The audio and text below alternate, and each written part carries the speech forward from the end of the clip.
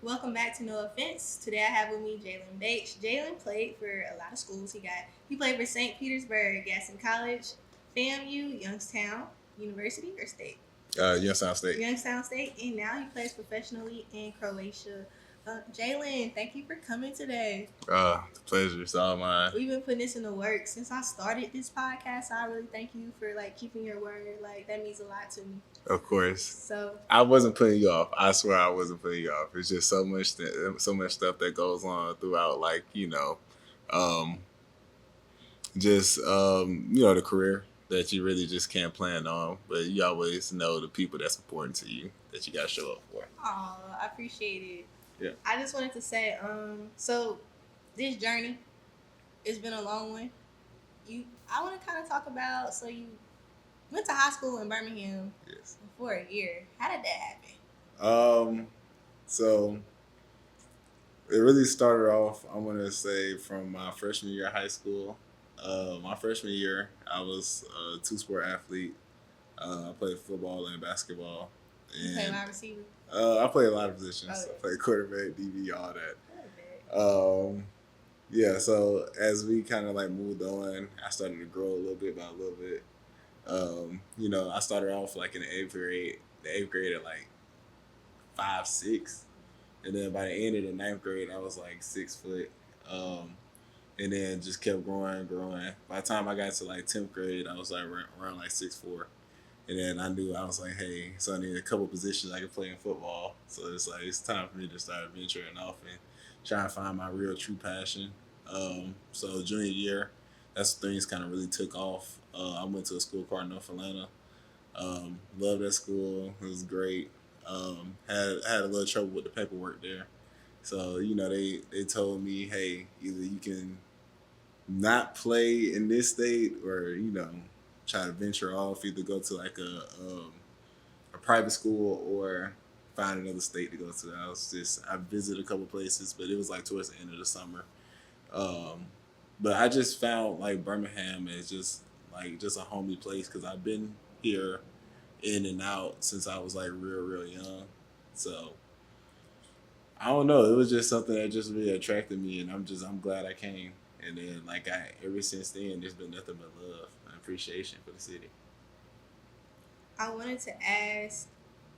So you started out at St. Petersburg. Was that one of your choices coming out of high school, or it just kind of happened? So me going JUCO, it was such an unexpected twist because I was originally committed to go play Division II at Albany State. I had an assistant coach there that really truly believed in me. Shout out to Ernest Shan, real one. He came to watch me at this top 250 camp in Georgia. I felt like I was killing. I didn't win MVP, and I didn't get really no mention from it. But that's all right. But to come to find out that Jonathan Kaminga was there. Oh wow! And that it still amazes me to this day. They just kept yelling and raving about it, and I was just bro, who is this kid? I just had 18 on the other court. What's happening? But he just followed me around, and he was hey, I love your game. He said, man, I feel like you really a Division I caliber player.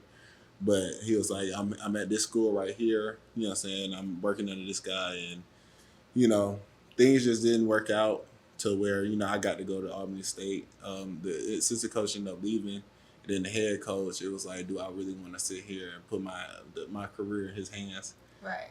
Because he didn't really know too much about me, and then I didn't have any really no crazy connection to him. So I was just let me just explore my options. I had a coach that I coached that he coached me at Ramsey.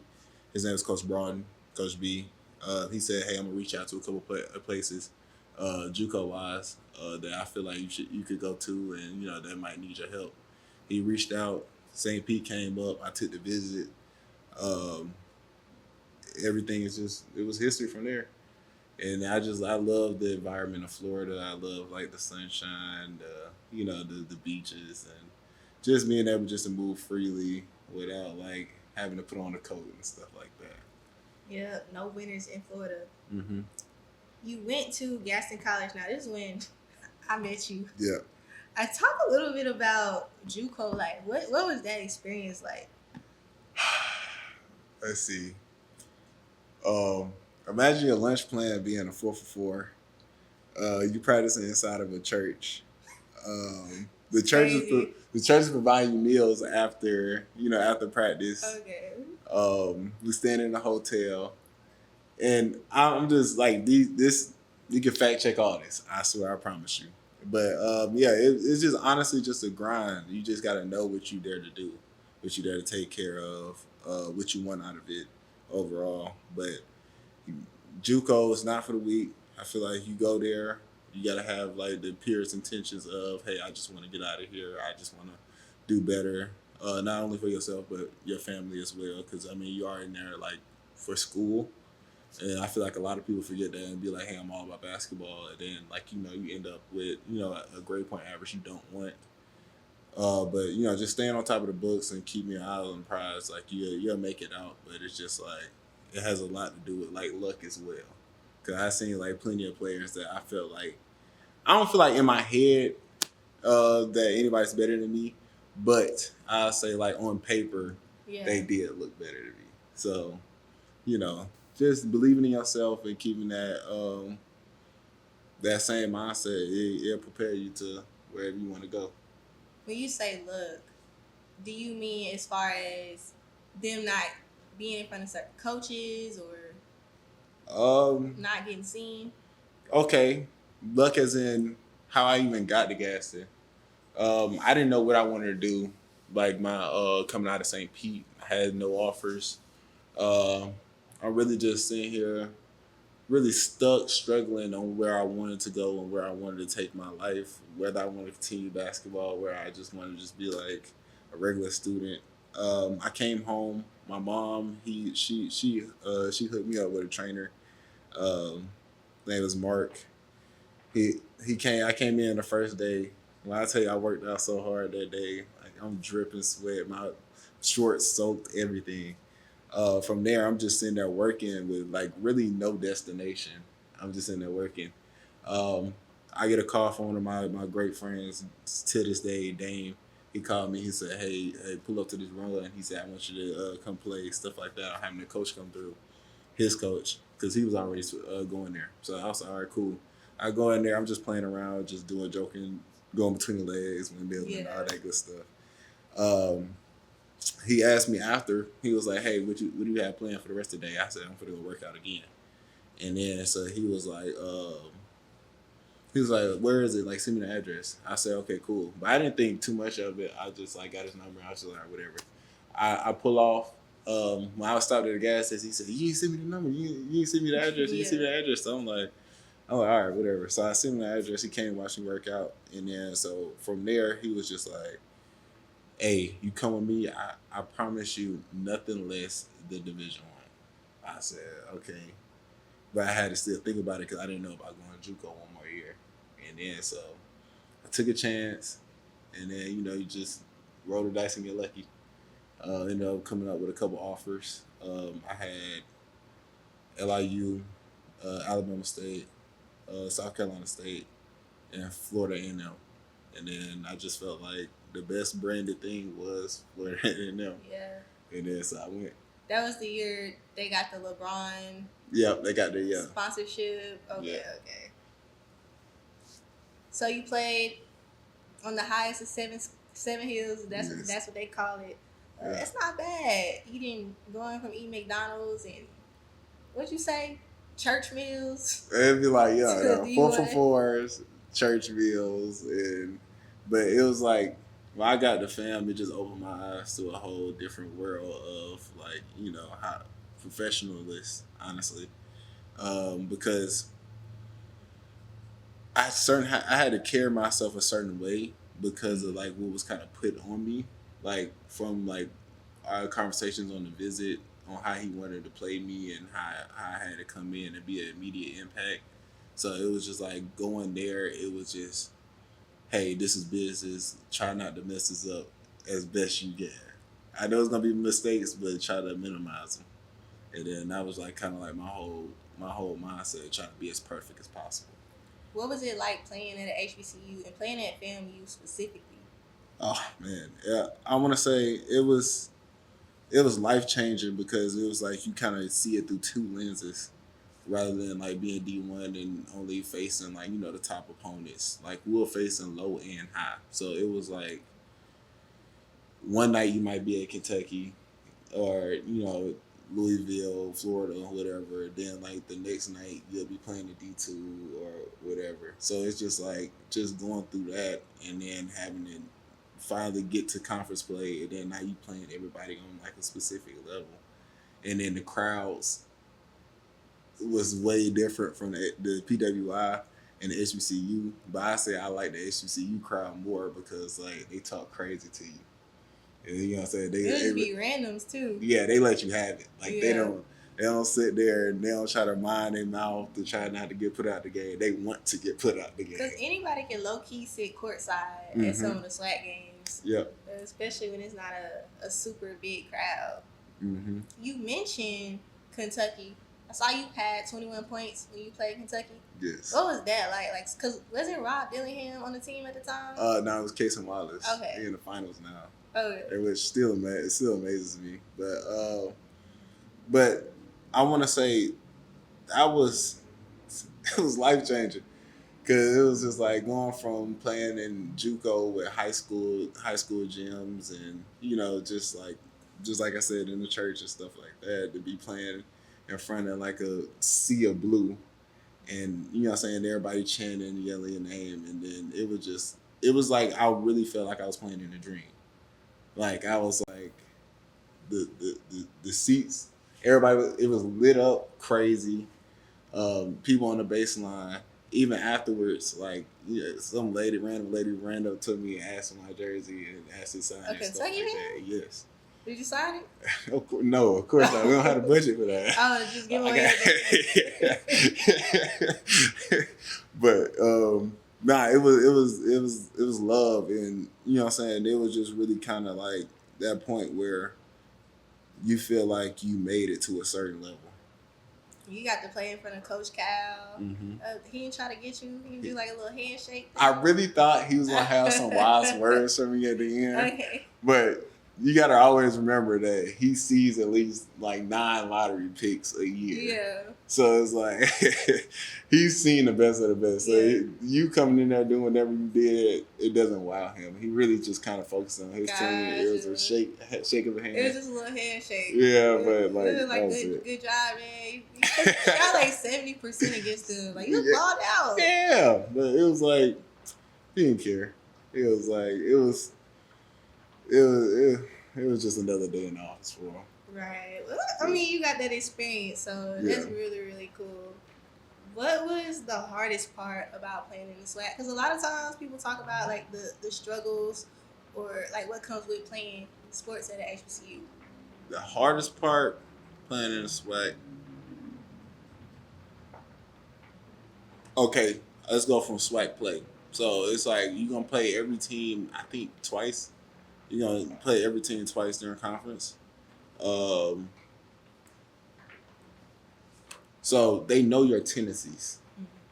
So they know like if he takes 2 dribbles left and he spins back every single time, they count on that spin back every single time. Each time you play them, they're gonna get a little bit better, and they're able to watch film from not the year before, but the preseason or before you get into conference. So it's like they just kind of know you, and they always gonna be aggressive.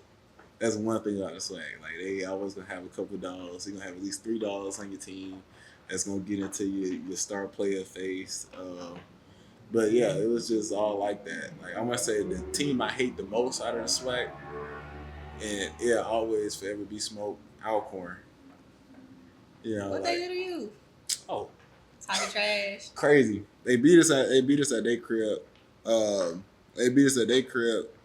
They all walked off, holding themselves, putting up middle fingers. Didn't even shake our hands.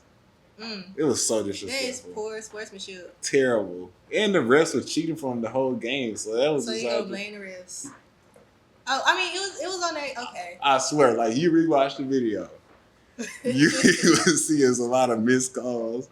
Calls for them that wasn't nothing. It was just all types of stuff. It was terrible. You know, you actually like not the only person that's ever told me that. So I had someone else who got to play in the SWAC. They came on. They say they get real physical, and the refs don't call stuff. So they went to the SEC. They said in the SEC the refs are gonna call some of the fouls they don't call in the SWAC.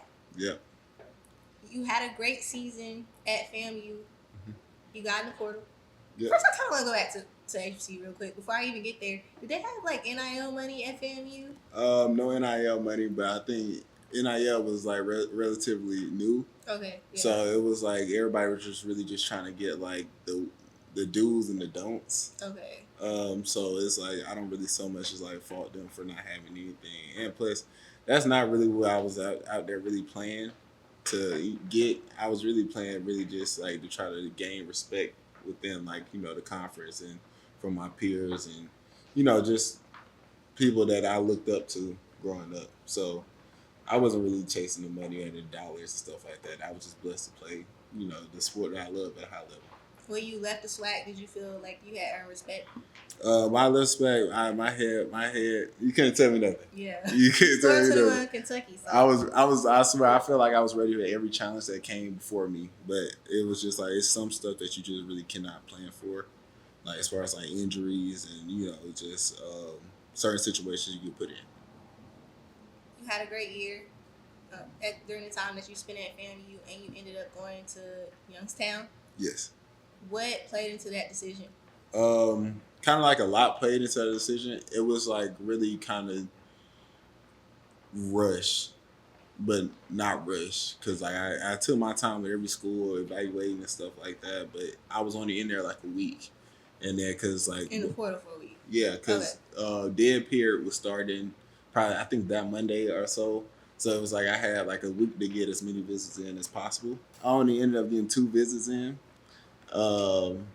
I went to Arkansas State, and then I went to Youngstown State. Arkansas State, beautiful campus. A little far from the airport. You gotta come in through like the Memphis airport to get there. But yeah, I love Arkansas State, but I took the Youngstown State visit, and then I loved there as well. And then they had kind of like a pro style system. And then I knew like what I was really kind of there in my 5th year to do. It wasn't really so much just to sit here and try to be the best student possible. Right. Not saying that I didn't care about the studies, because we did make the dean list. We made the dean list. We did. But yeah, it was like really ultimately just trying to become the best pro. And I feel like they had a pretty good system. They had good ties. They were gonna hit me out with certain stuff. Real quick, what does a pro style system consist of? Free play, Okay. very open-mindedness,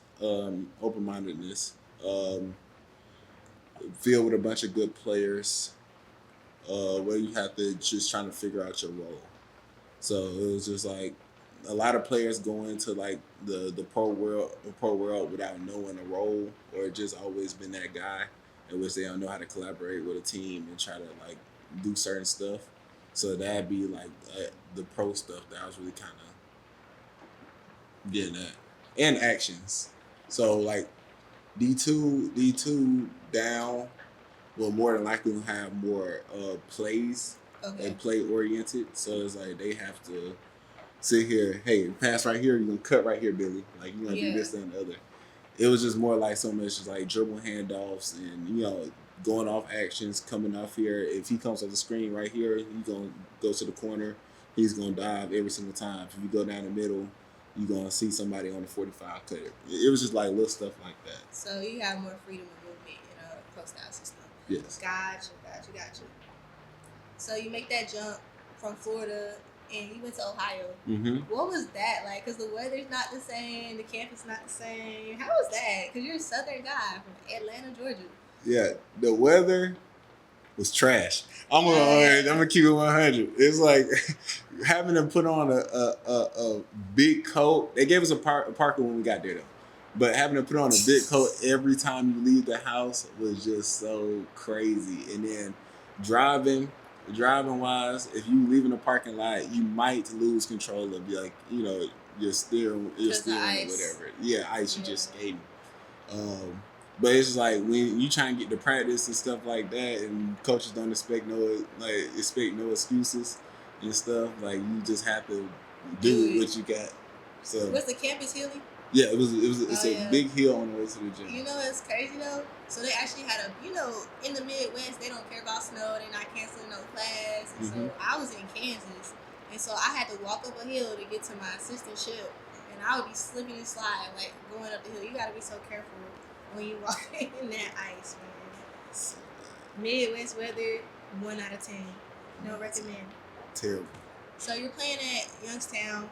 In your last year, you get injured. Yes. Talk about your mindset, your thought process, and how you stayed positive.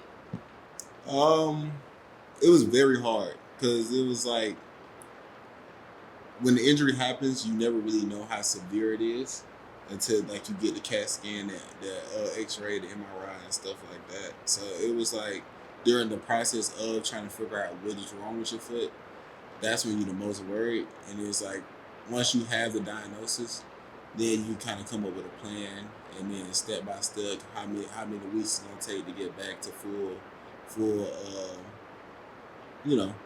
But like, it was tough. It was times where I just didn't even think that I was even gonna make it, and it was times where I was looking in the mirror and I didn't really recognize myself. First was from the weight. I gained a lot of weight when I was like on bed rest, because I was just really just kind of ordering off DoorDash whenever I could. And just not knowing what's next in life and if I could be anything but a basketball player. But I feel like it helped me from like a mental aspect of trying to figure out who I am as a person aside from basketball. And what did you find about yourself? Very creative. I love just kind of like just doodling. I've been doing like little projects in my little notebook that I wanted to put out for my brand. It's called SOT. I really made it when we were talking. It's called it stands for the struggle is only temporary. But it was like a lot of ideas I had in my book that I didn't really so much just feel like they were ready to come out. And it was like once I had the surgery, I think a day later, I ended up making like this drawing, and it's of the shirt that I have on, and I just kind of like fell in love with the drawing because it was just like it was such beauty in the artwork. Show your shirt. Okay. And also, I brought you one as well, of course. Thank you so much. You're so awesome. But yeah, so this is it. I love that. I made it when I was in JUCO, so 2023. Back of the shirt. I didn't even notice that. Yeah. I love it. In order to make it, you gotta get it out the mud. In order to make it, you gotta get it out the mud. Yep. So, how'd you come up with the concept and all that? So the concept, it was pretty easy because I was just like I knew exactly where to go with it once I like kind of thought of it, but the problem was trying to find like the grass to go around it, because it was like I wanted to look as professional but as cartoonish as possible. So this is what it came out to be, and I'm very proud of it. I love it. I'm gonna wear it. I truly appreciate it. I am. I'm gonna put this on. All right. Now you're pro. Mm-hmm.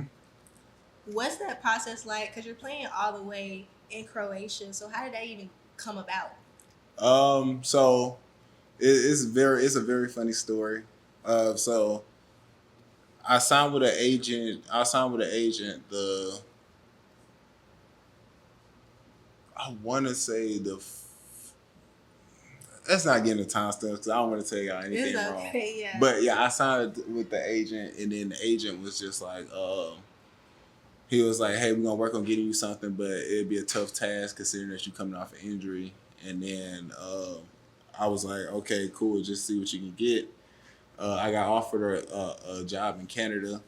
I ended up going to Canada, but what people don't know is I was only probably like not even a month, probably like 3 weeks cleared from like the foot injury. So I'm not really at like full capacity where I can just, jump out of the gym and run as fast as possible. So I had to go up there.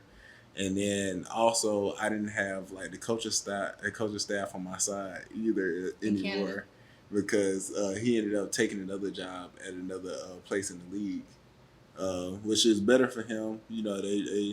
They gave him better pay and stuff like that, so I don't fault him for anything. So I was like kind of coming under a new coach that didn't know anything about me, but he had to give me like a fair shot because I signed a contract and Right. they can't release you until you know.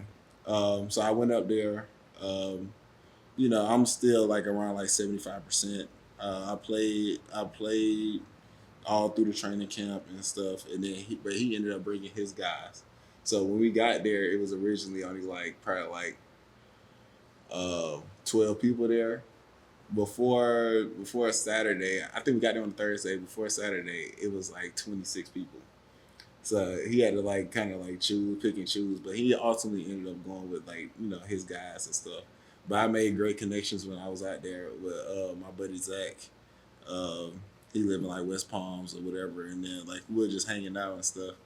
Um, he hooked me up with somebody that he knew that can get me where I needed to go, and then so he's like text this guy off WhatsApp. I texted the guy. His name's Miracle, amazing agent. He texted me, and then we got the deal struck and going, and then from there we just kind of never looked back. And that's how you ended up in Croatia. That's how I ended up in Croatia. I want to ask you, how was that experience living out the country, like being away from your family? Because like Canada is like a 2-hour flight from us, but Croatia, I'm pretty sure is like what? It was, say like 10, 12 hours. It really just kind of depends on which direction you go in.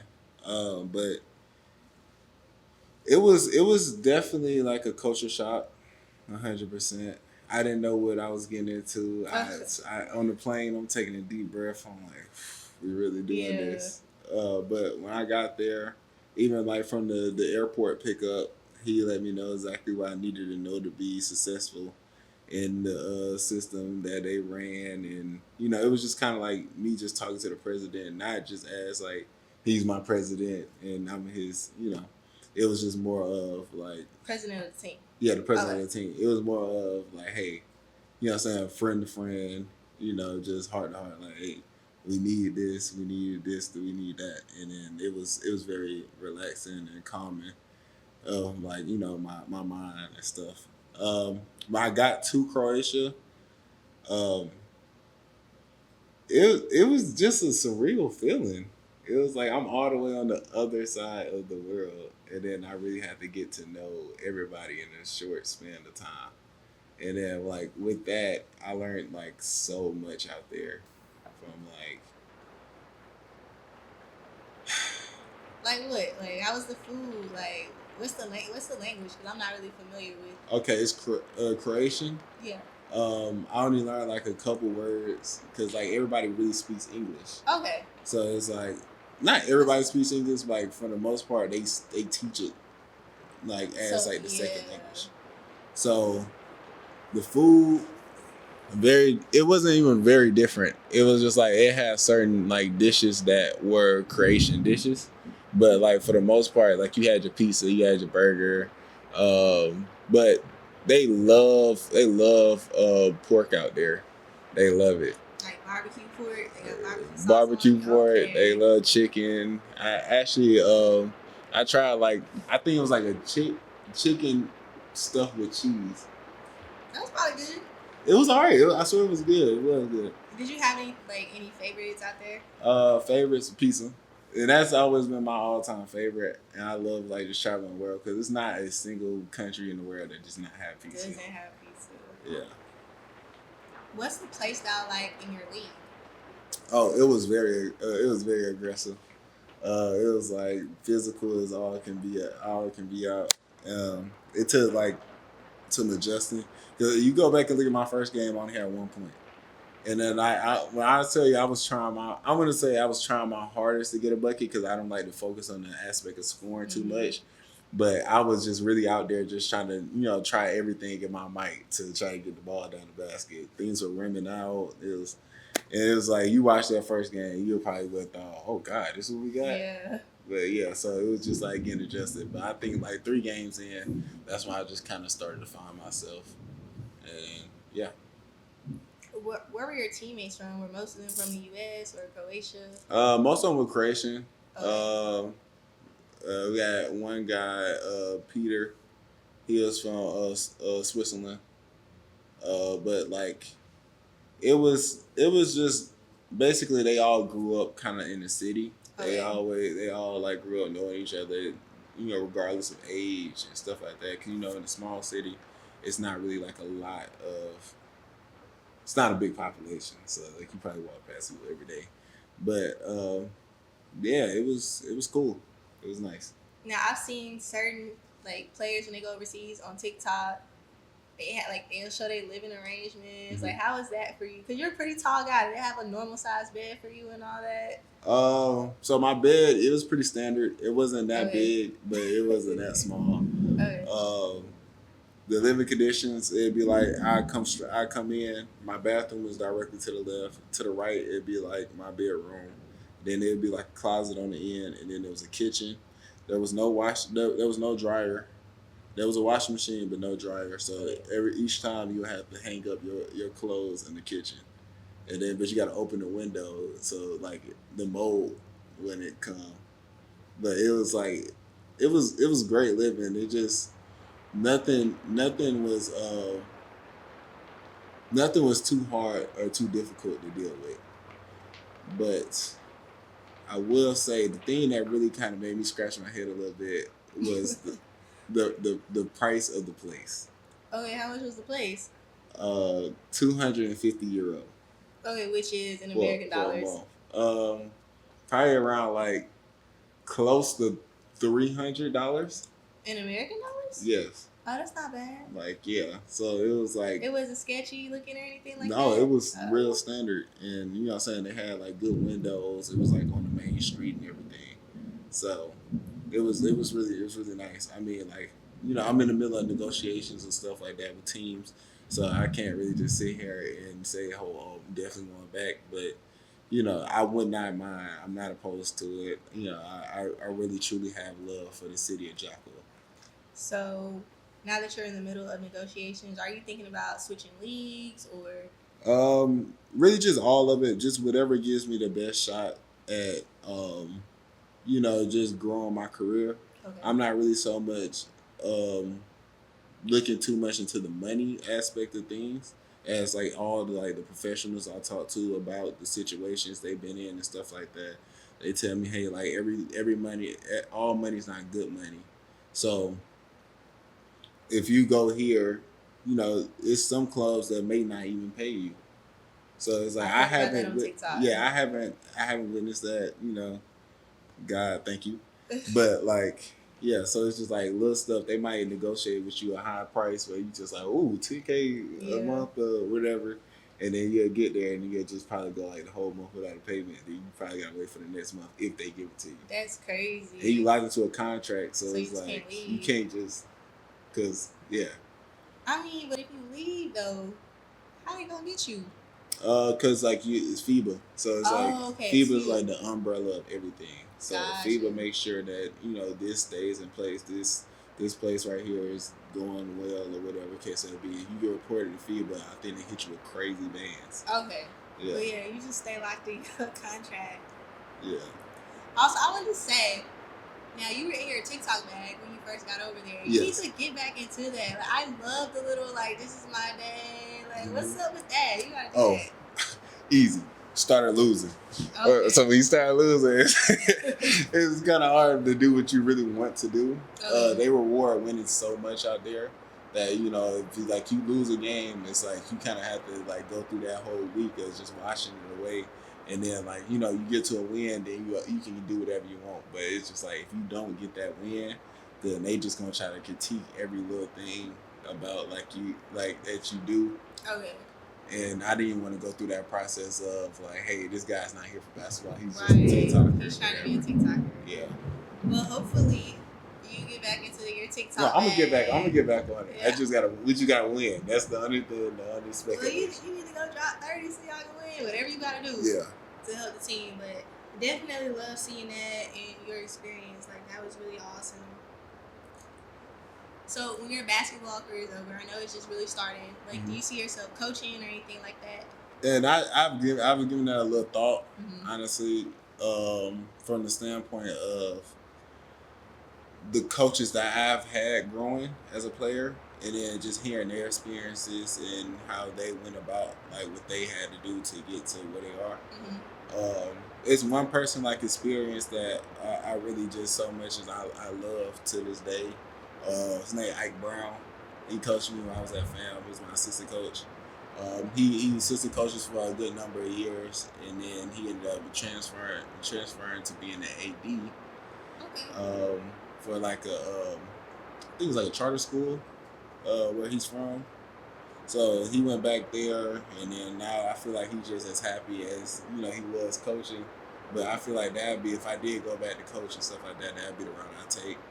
Not staying at the college level too long because it's too like political. Right. It's too much little stuff that gets nitpicked and stuff like that. As a high school player, I feel like they just really want to grow as players. They not out to try to get no money. They not ego driven. Hey, I got to this level, so I'm this person or whatever. They still trying to work to get where they need to go. And they still have a love for the game. Yes. So what I'm hearing is AD Bates 2035.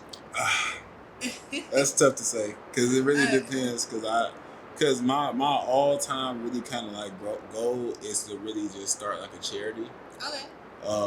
Where I can actually pour back into the community and stuff like that. But charities cost money, right, and stuff like that. So it's like I'm just trying to just weigh how everything's gonna go. Maybe I might not be in a financial situation where I can create the charity or give back or whatever the case may be. So it's like who never knows like when the family might come and this might come in hard times. So I just really kind of play it by ear. I don't let one foot get in front of the other. What does Jaylen like to do off the court? I know like you like to design clothes, you like to draw. What else? I love doing adventurous stuff. Like every Sunday you'll find me like at this place called Stone Mountain. I usually like to go in the morning. Like I'll probably go like tomorrow morning at 5 a.m. But like hiking up hills, going through trails, sitting by creeks, and really just admiring nature. I feel like that's the biggest thing for me because I feel like we too much on our phones as like a generation. Because like we never ever get to really just detach from the internet. Because like schools are in it, work's in it, and just so much does just combine with just like being on the phone and being on the computer and stuff like that. I just love to disconnect from everything, turn my phone off, go by like a good scenery place, and just sit there and just watch. I think about that all the time. I'm like, what if I just delete Instagram, but I have this podcast? And because sometimes I see older people out, right, and they're just vibing. They're not on their phone. They're just chilling, or if they have a phone, they're not on it. They're like reading magazines. So I think it's really dope that you do that, and we all do need to get in touch with reality. We need to all touch grass and go to Stone Mountain. Disconnect, man. I swear it'd be the best thing you ever really did because like it helps you get close to. Really not even close to anything, but just trying to figure out what you want out of life at your purest point. What's peace to you? And I feel like that's the biggest little nugget I can give you. Find something outside of what's in your phone or, just like what you have to do. Speaking of nuggets, any quotes that you want to leave us with or anything you want to tell a young athlete or just a young person in general? I always had this thug quote back from like 2016. He told me, he was like, you walk like you got it. He told you. He didn't tell me. I'm sorry, man. It just kind of spoke to me. Yeah. So it's like it's the same thing. But like, I think it was like, if you walk like you got it, then you'll never need it. And then I feel like I butchered the quote, but it's just like from a sense of just always walk with confidence because they never really know what you have inside of you until you kind of like show your hand. So it's just like, you know what I'm saying, just try to keep as much as a professional look as possible. And then like, you know, people gonna take you serious as you look, honestly. Period. A lot of people judge a book by its cover. Sorry to cut you off. Oh, you're good. No, you're good. Jaylen Bates, everybody, the best player in Croatia, best designer, and one of my good friends. Thank you for coming. One of my great friends.